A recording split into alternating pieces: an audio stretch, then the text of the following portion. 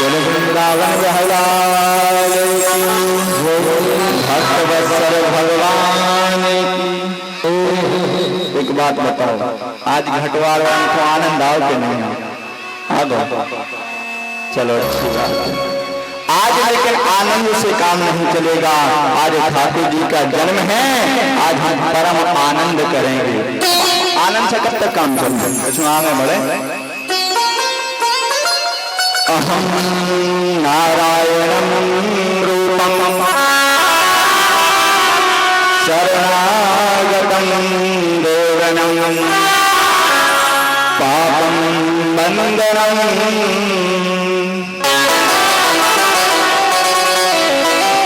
क्या कहते हैं कि राम नाम ना लीनो, तूने भरी जवानी में तू डूब के मर जा चुन्नी भर पानी में। बंदा पास ही में है। शास्त्र कहते हैं इसको भगवान का नाम नहीं लेना ना, वो डूब के मर जाए। तो बंदा है, हम कल देखे आए थे। ठीक था। अगर आपने मानुष तन पाकर भगवान का भजन नहीं किया तो आप में और जानवरों में अंतर क्या रहा? जानवर भी तो खाते हैं, जानवर भी सोते हैं और जानवर भी काम करते हैं। ज्यादा थोड़ी अपन इंसान है।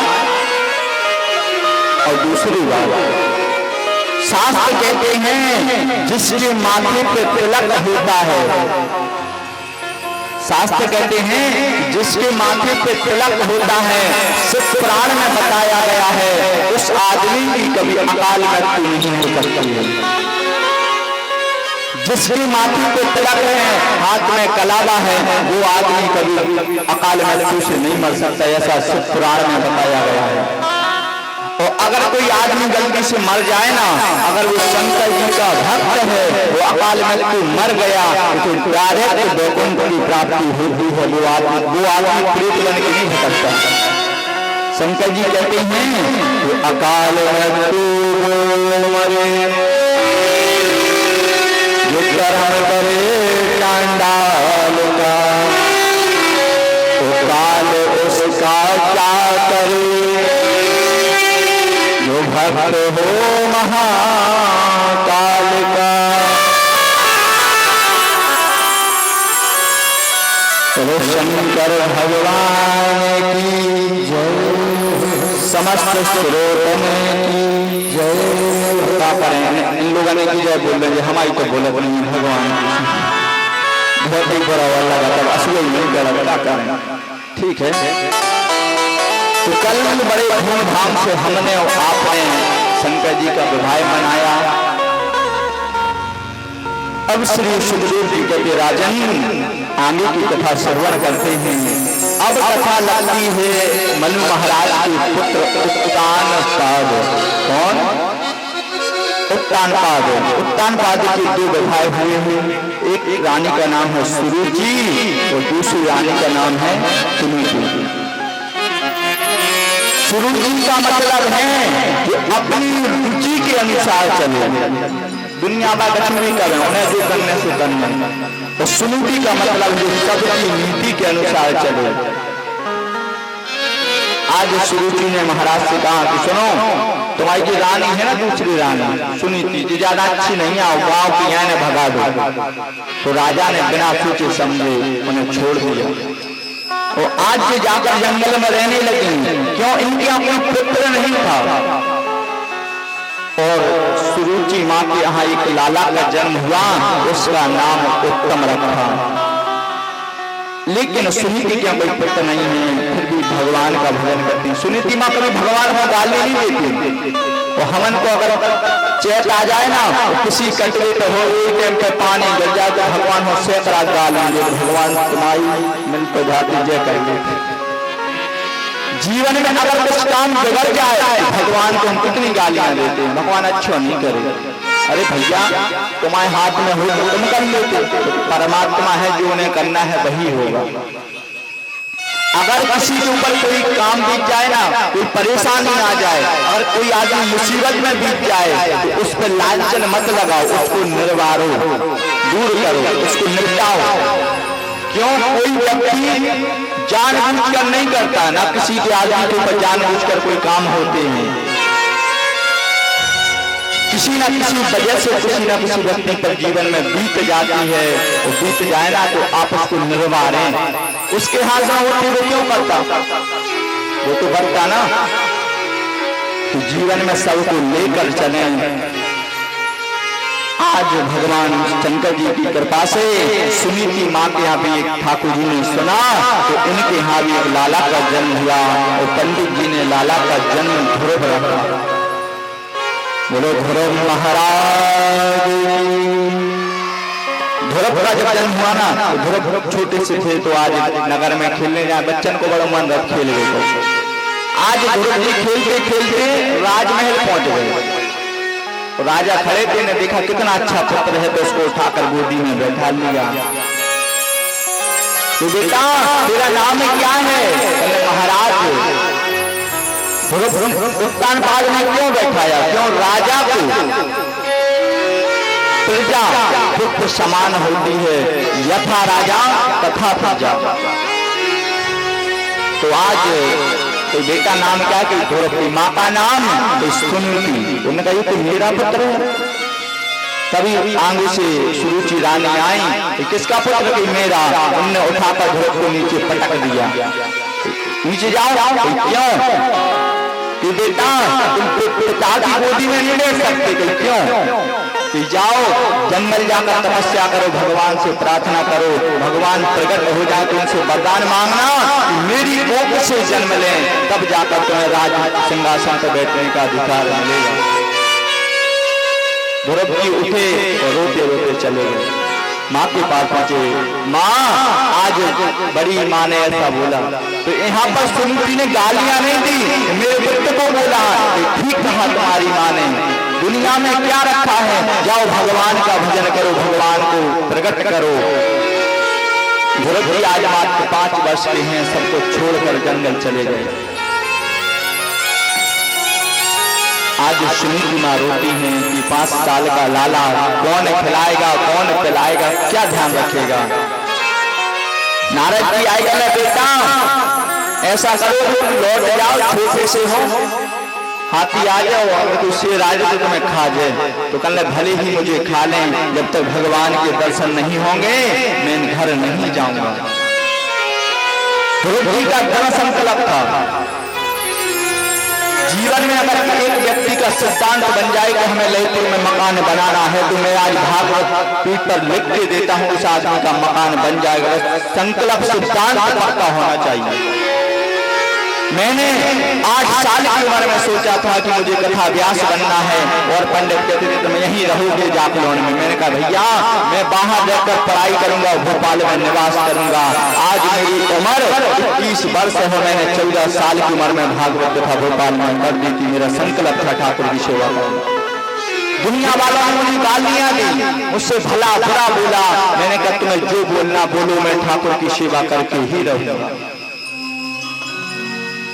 आज ध्रुव जी को नारद जी मिले, इन्होंने कान फूंक कर उन्हें दीक्षा दी। क्यों? परमात्मा जब तक जीवन में गुरु नहीं मिलेगा ना, तब तक परमात्मा की प्राप्ति नहीं हो सकती। भक्तों तब तक परमात्मा नहीं मिल सकता। आज ध्रुव जी गए और एक पेड़े के नीचे बैठकर भगवान का मंत्र स्मरण करने लगे। ओम नमो भगवते वासुदेवाय, कृष्णाय गोविंदाय नमो नमः। आज ध्रुव जी ने भोजन करना छोड़ दिया और पानी पीकर तपस्या करें। 6 महीने के चल गए। ध्रुव जी कहेंगे भगवान तो आए नहीं, तो ध्रुव जी ने पानी को भी छोड़ दिया। आज हवा खाकर और पीकर जीवित रहें और भगवान का भजन करते रहें। 1 साल हो गई। ध्रुव जी ने कहा भगवान क्यों नहीं आए? तो आज ध्रुव जी ने अपनी सांसों को रोक लिया और रोककर भगवान का भजन करने लगे।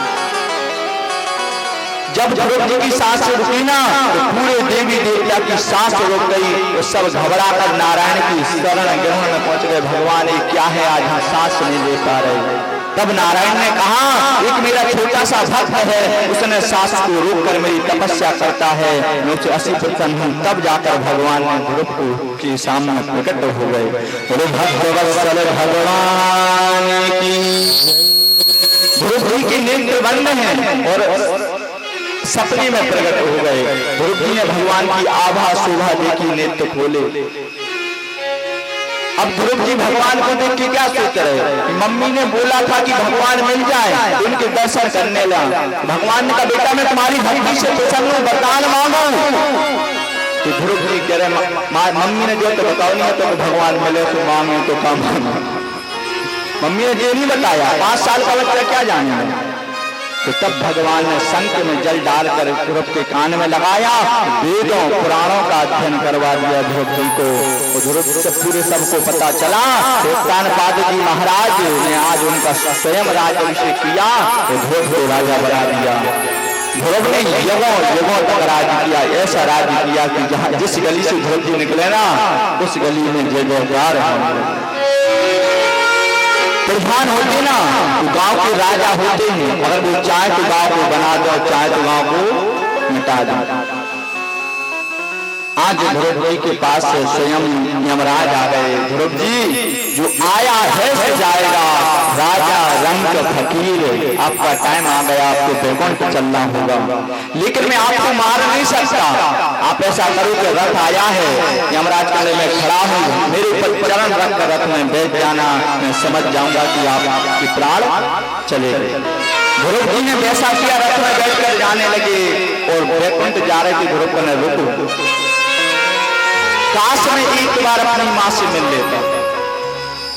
माँ से मिलना भूल गया तो यमराज ने कहा महाराज जिस कुल में जिस घर में तुम जैसी संतान होती हैं उसकी माँ नहीं, उसकी 7 पीढ़ी बैकुंठ जाती हैं। जो आगे रथ जा रहा है वो तुम्हारी माँ है। इसलिए तो कहते हैं आपके नौजवान बच्चे हैं ना, उन्हें भागवत में लवा लिया और रामायण में लवा लिया। अगर तुमने दौलत मत दो, पैसा मत दो, अगर तुमने उनको संस्कार दे दिए तो मैं कहता हूं कि दुनिया में कहीं भोग देना, वो कमा खा लेंगे, नाम बना लेंगे। इसलिए तो कहते हैं मंदिर भी 2 प्रकार के हो, एक जो आपके सामने है, दूसरा शाम के खुल जाए। जो मंदिर नहीं है सुबह रात में मंदिर चले जाए। अब डिसाइड आप हो करने के मंदिर लवा ले, कोई मंदिर लवा ले। आज भगवान नारायण ने कहा ध्रुव जी आपने अपने पुण्य धर्म करे ना तो आप मृत्यु लोक में नहीं जाओगे, जाओ मैं तुम्हें स्थान देता हूँ कि आप उत्तर दिशा में विराजमान हो जाओ। चाहे दिन हो या रात हो, एक तारा रहता ना वो दिन में और रात में 24 घंटे निकलता है। आज ध्रुव जी महाराज प्रमाण है भागवत में को उत्तर दिशा में विराजमान है। और आप लोगों ने देखा होगा गाँव में, सिटियों में भी देखा होगा कि जब ब्याह होगा ना तो पंडित जी कटवा दें तो चलो बेटा ध्रुव दर्शन कर लो। किसी को पता है कि ध्रुव दर्शन क्यों कराए जाते हैं? नहीं पता, सही बता हमें भी नहीं। कहते हैं कि ध्रुव दर्शन पति पत्नी को इसलिए कराए जाते हैं, क्यों कि जो मानदान आए ना रिश्तेदार ब्याह में, वे घर में तब तक रुके जब तक घर में रसगुल्ला है। रसगुल्ला खत्म हो गया भैया हम जा रहे हैं। अब कौन मानेगा कि आपकी शादी हुई? और पंडित जी रात भर रहते हैं, ब्याह कराओ 5000 लो के हम जा रहे हैं। अब कौन व्यक्ति मानेगा कि तुमने अपने बेटे का विवाह किया है? इसलिए ध्रुव जी महाराज उत्तर दिशा में अजर अमर हैं, उनके दर्शन कराकर उन्हें साक्षी मानकर हम अपनी संतान का विवाह करते हैं कि हे भगवान आपके सानिध्य में मैंने अपने पुत्र का विवाह या पुत्री का विवाह किया है। और दूसरी बात आपने देखा होगा कि फेरे टाइम लगाते समय ना एक सिल्लुड़िया रखी रहती है, जबकि भैया साथ में फेरे में मैं लाल लगाता ही पैर से दूर तरफ आ जाइए। उसका मतलब किसी को पता है कि दूल्हा से लुड़िया में पत्थर में पैर क्यों लगवाते हैं? साथ फेरे में आप लोग यहाँ पर हुई है हुआ तो बयानी भाव में तो जानकारी नहीं, बड़ी बातें बता रहे इसलिए लगवाते हैं। कहने का माध्यम है दूल्हा कहता है अपनी पत्नी से मेरे अपने जीवन में अगर कोई पत्थर की शिला भी आ जाएगी ना इसको हम दूर कर देंगे, अपना जीवन सुख शांति से व्यतीत करेंगे। इसका प्रमाण इसलिए लोग रखवाई जाएगा। इस प्रकार ध्रुव युगों युगों तक राज किया। ध्रुव महाराज की अब श्री सुखदेव जी कहने लगे कि राजन यहाँ पर नरकों का वर्णन आया है। कि जो मनुष्य जैसा करेगा उसको वैसा ही भोगना पड़ेगा। कि कलयुग के बलो, कि कलयुग के बलो नामो आधारा, चमर चमर नर रही मारा। कलयुग के बलो नामो आधारा,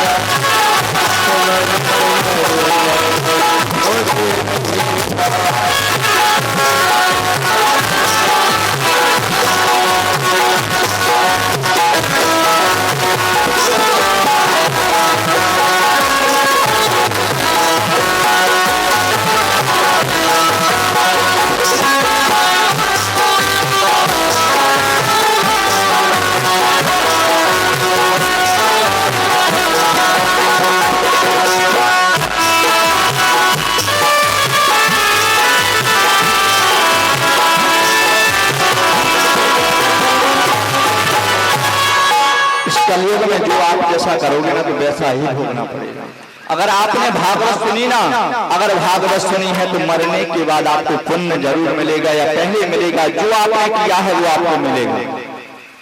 आज कहते हैं अगर कोई किसी व्यक्ति का बुरा करे ना तो मरने के बाद यमराज उस व्यक्ति को खौलत तेल में निकालते हैं। आत्मा को तड़प तड़प कर वो याद करता है, कहता है कि मरने के बाद फिर हमें याद आता है कि हमने उस व्यक्ति के साथ गलत किया था। अगर किसी कोई मनुष्य पराई स्त्री को देखता है तो मरने के बाद भगवान कहते हैं जो अपन को फोड़ा होता ना पीप निकलती उसके समुद्र में फेंक देते। फिर हम तड़पते हैं कि क्यों देखा मैंने। ऐसे नरकों का वर्णन किया ना तो परीक्षित जी रोने लगे। मैंने भी तो पाप किया है, मुझे भी तो नरक जाना पड़ेगा।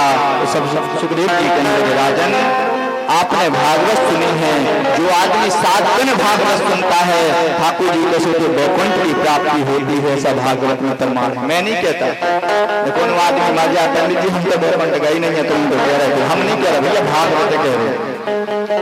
मैं कुछ नहीं कहता, जो भागवत कहती है वही आपको श्रवण कराता हूँ कि भागवतम सत्यम ज्ञानम यस्या भगवानम देवम कल्याणम रूपणम।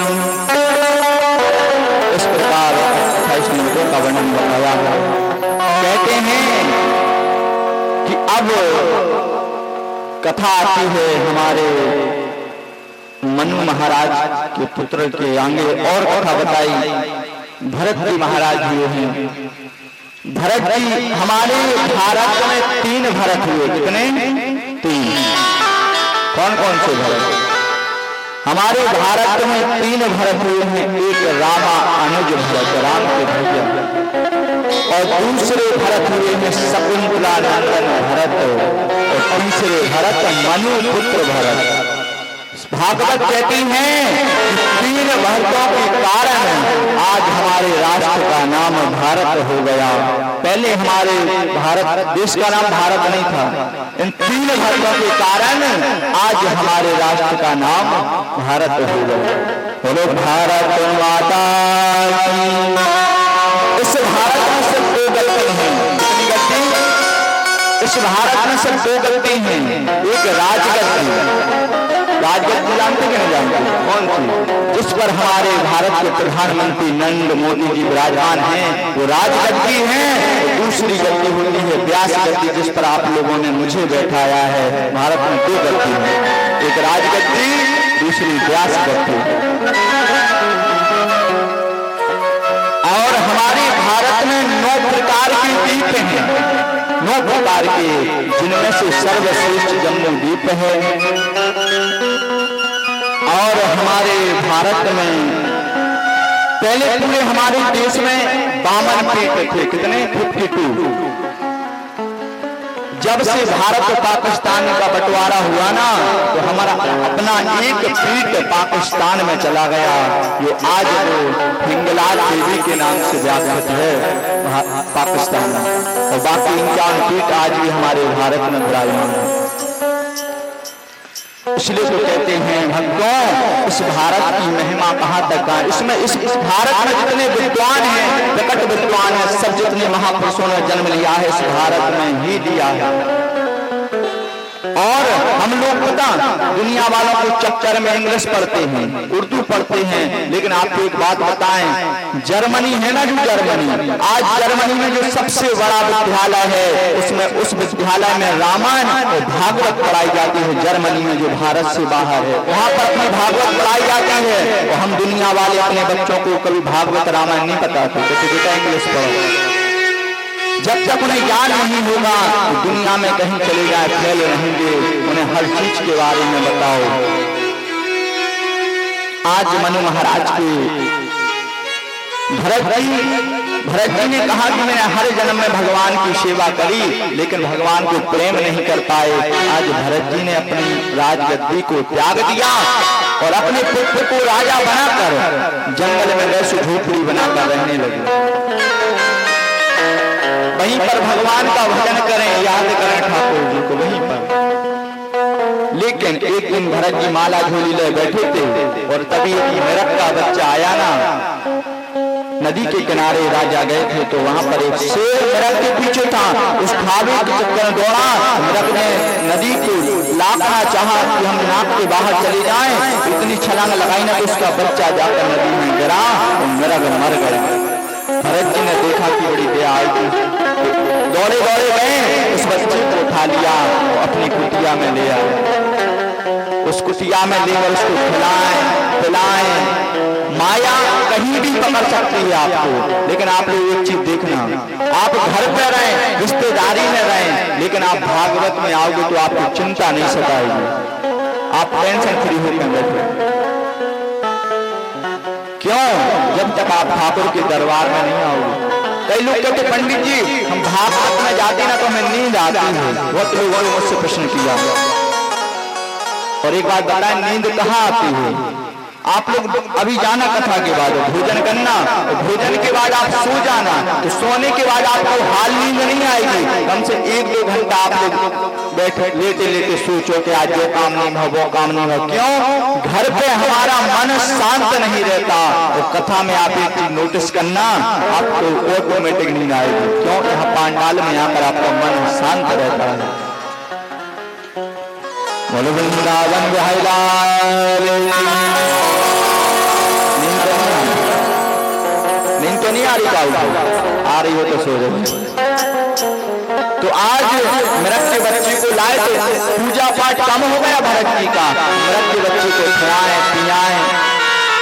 एक दिन भरत जी तपस्या में बैठे थे, नेत्र बंद कर कर, तो मेरठ का बच्चा कुटिया के बाहर था। बहुत सारी मेरठ निकली, तो मेरठ देखने लगा कि इनकी शकल हमारी शकल एक जैसी है, बिरादरी भग गया। तो मेरठ का बच्चा उनके साथ दौड़ा दौड़ा चला। भरत जी की नींद खुली, तो मेरठ के बच्चे को हर जगह ढूंढा, कहीं नहीं मिला। चिंता, कितनी चिंता, कितनी